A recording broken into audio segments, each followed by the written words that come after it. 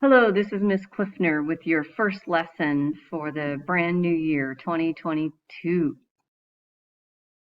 Okay, and today's homework is 3.1C Big Ideas Math. It's due on Tuesday. Period 1 needs to show me their graphing classwork that I did not check on the last week before winter break. And if you still need to take the Chapter 6 test, let me know. Tutoring is on Tuesday. All right, so if you're at home, hopefully you've been able to print out the notes for today that's in Canvas. And here's the warm-up. I want you to list the terms, coefficients, and constants in each of the expressions. So maybe you need to take a look at the notes that we did the last couple of days before break, which would have been the 16th and the 17th of December. All right, so here we go. You should probably pause it and try these on your own. And remember, the terms are the things that are separated by the plus signs or minus signs. And right now I'm just showing you all pluses. So this is one term. I list the term 9x to the third power, or 9x cubed. I put a comma. I list the second term as 3x. Those are the two terms in that expression. So it's basically an addition problem. The coefficients, the co is the number that goes with a variable. So look in front of the variable, which is x to the third power. The coefficient is 9. It's basically a multiplier saying I'm going to have 9 groups of x to the third. So the first coefficient is 9. The second coefficient is 3. This means 3 groups of x, whatever x is. A constant would be a number by itself that is not with a variable. Remember, constant means it doesn't change. Just like Juliet says, my love for Romeo is constant. There are no constants because there's no number like over here, like a +4. So I'm just going to write none. All right, for the second one, the terms are each of the 3 things that are being added. And notice that this x doesn't have a coefficient, right? So there's a phantom 1 in front of it. So I'm going to go ahead and draw the 1. And then I list the terms as 2x squared. That's the first thing. The second thing is 1x. And the last thing is a 4. The coefficients are the numbers that are the multipliers in front of the variables. So I have a coefficient of 2 and a coefficient of 1. There's only one constant. 4 will never change. Even if it wants to grow up and be a 10, it will always be a 4. All right, so that's your warm-up. Okay, so let's review the meaning of expressions with exponents, because the 2 sections that we're going to be doing, this is in Big Ideas Math. We're still in 3.1, and today we're practicing writing algebraic expressions using exponents. So let's go ahead and review. The 4 is called a base. The 3 is the exponent, right? It tells you how many times to multiply the base. And together we call this a power. So the way we say it is 4 to the third power, or we just say 4 to the third. And what it means is 4 times 4 times 4, right? So when you talk about functions that grow exponentially, that means the numbers get really big really fast. Remember, it's not 4 times 3. 4 times 4, just to show you, right? 4 times 4 is 16, times 4 is 64. 4 to the third power is not 4 times 3, it's 4 times 4 times 4. All right, next. So basically there's some steps that you use to write an expression with exponents. You write down the base first, right? That's the number that's being multiplied. And then you count the number of times the base is multiplied. This is the exponent. Now, there isn't always a coefficient, but if there is a coefficient, remember it's the number that would be the multiplier in front of the variable, then you would go ahead and write that number. And, you just write it as the multiplier in front of the variables. So let me show you 2 examples here. I'm asking you to write the expressions using exponents. Notice the base is d, so I just write d, and then I count 1, 2, 3, 4. The expression that I'm writing is d to the 4th. I haven't done any math. I'm just rewriting and making an equivalent expression. All right, now let's look at this one. This has a multiplier. I'm going to start with a base, which is h, and I know it's h to the third power. Then the multiplier tells me how many groups I'm going to make. So I do this. 1.5 And I don't have to put times, I don't have to put a dot. A number next to a variable means to multiply. Okay, so the next ones are OYOs, so you go ahead and do 4 and 5 on your own, and then unpause the video and I'll show you the answers. The base is J, and I count 1, 2, 3, 4, 5, 6. So I rewrite this as J to the 6th. And then for number 5, the base is K. So I'm going to write a K, and I count how many K's there are. 1, 2, 3, 4, 5. It's K to the 5th. And then I have a multiplier, right? The coefficient is 9.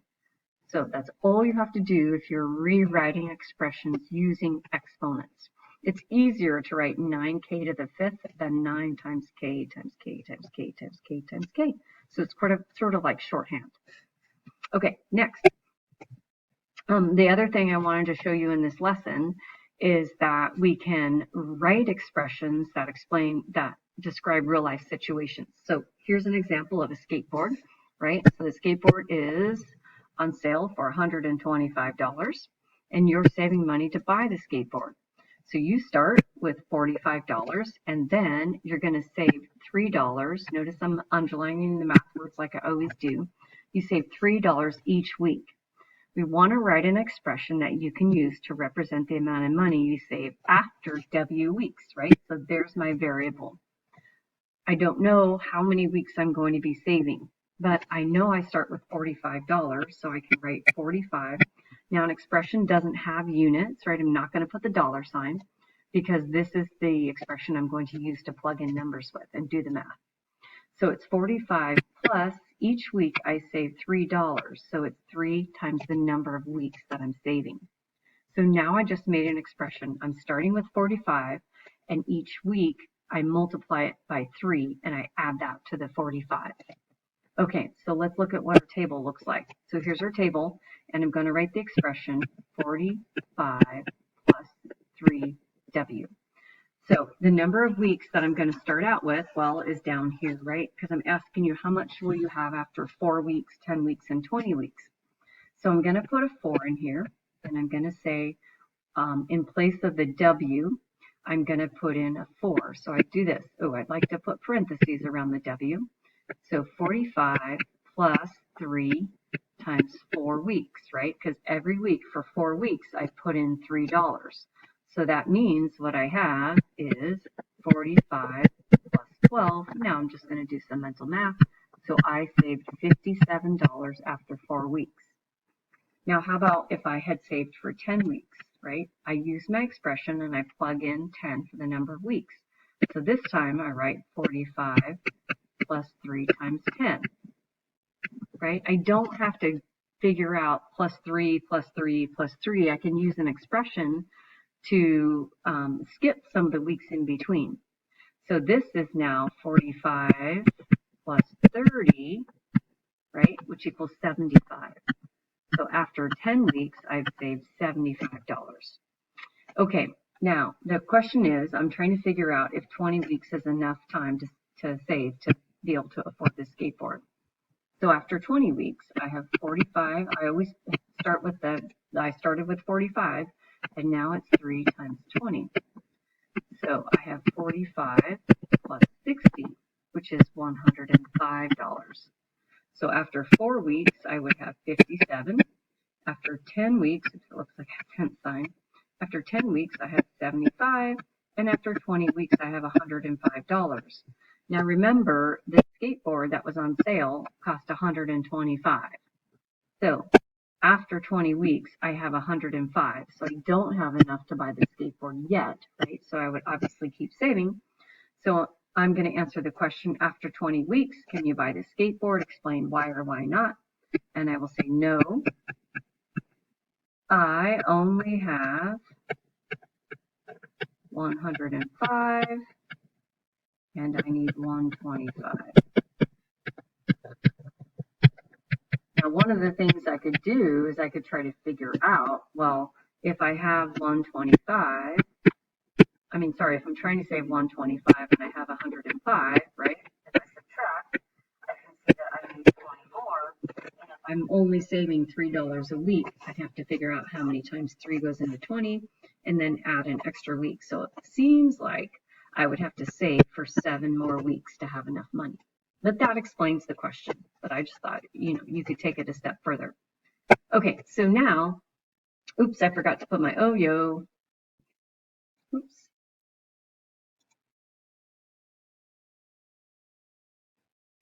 All right, put that back. Okay. So now I have my OYO sign back in there. I was just trying to move this. There we go. Okay, so here's an OYO. So I want you to think about it's the same skateboard that your friend is saving for. But it says that your friend's expression, and it gives you the expression of 30 plus 5W. So I want you to think about your expression that we figured out. If you started with $45 and you saved $3 each week, we took the 45 and we multiplied each week times 3. Well, your friend's expression is very similar to yours, but they have 30 plus 5W. So I want you to see that the first question I'm asking you is how much money does your friend start with? How much does your friend save each week? And then use this table with this expression to answer the question below. After 20 weeks, can your friend buy the skateboard? Okay, go ahead and pause it and try it on your own.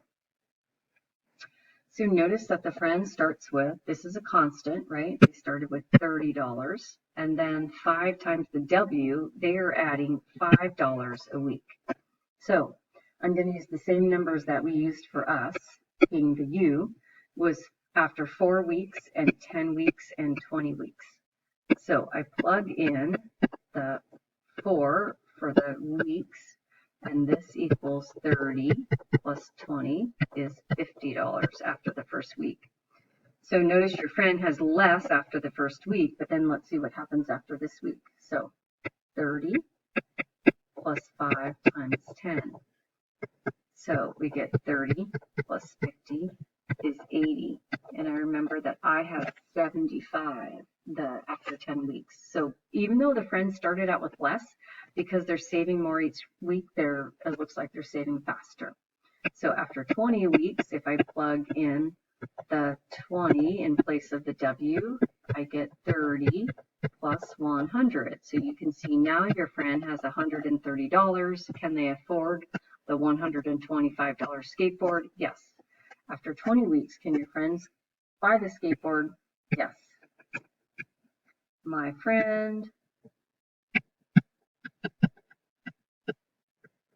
needs $125 and saved $130. So they have enough, plus an extra $5. Okay, so today's lesson was just figuring out that if you have an expression, you can plug in the number for the variable and come up with the different amounts based on a different value for a variable. And then also the writing expressions using exponents. So the homework is in Big Ideas Math, and it's numbers 16 to 23 and 40 to 41. There's 10 problems today. Good luck.